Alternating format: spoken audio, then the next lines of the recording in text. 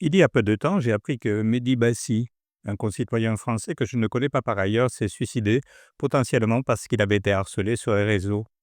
Même si ce harcèlement n'est pas la cause principale de son suicide, il faut laisser la justice travailler.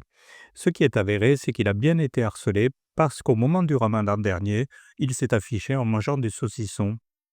En ayant ce geste impertinent envers une croyance, ce jeune homme ne faisait rien d'autre que de lutter contre une assignation à résidence imposée par sa communauté d'origine.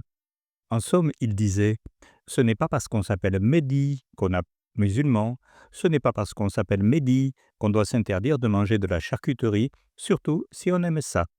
Et il joignait le geste à la parole. Je suis tombé par hasard sur une ou deux de ces vidéos proposées par TikTok. Je lui trouvais une bonne bouille, grêlée de taches de rousseur bien sympathiques et une façon de parler simple, légère et positive. C'était surtout un passionné de l'Olympique lyonnais. Mais la Houma veille. Elle entend couper la parole à tous ceux qui attendent à sa fierté mal placée de meilleures communautés humaines.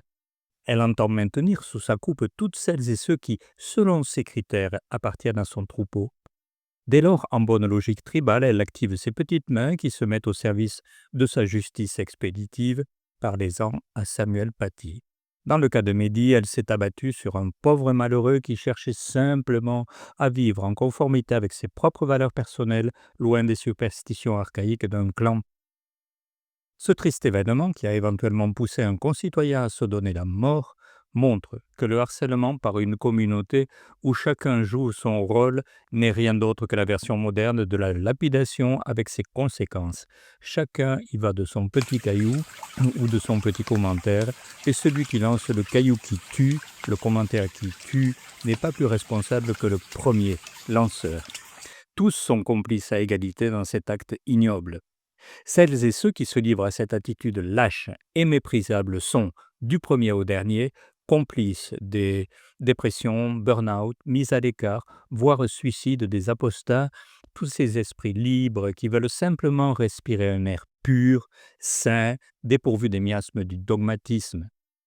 Tous ces relais médiocres de la Oumma Islamia, tous ces insectes qui préfèrent la mort à la vie, les immondices à l'air pur, ont droit à mon mépris le plus profond. Et s'il y a des Français parmi eux, je les invite sérieusement à aller vivre sous d'autres cieux. Ils ne méritent ni la France, ni sa générosité, et encore moins ma fraternité. En effet, en aucun cas je ne peux les appeler de ce terme noble de concitoyens, parce qu'ils préfèrent la noirceur de la Houma à l'esprit des Lumières. À bon entendeur, je vous souhaite une bonne journée ou une bonne nuit. Tout cela, c'est selon.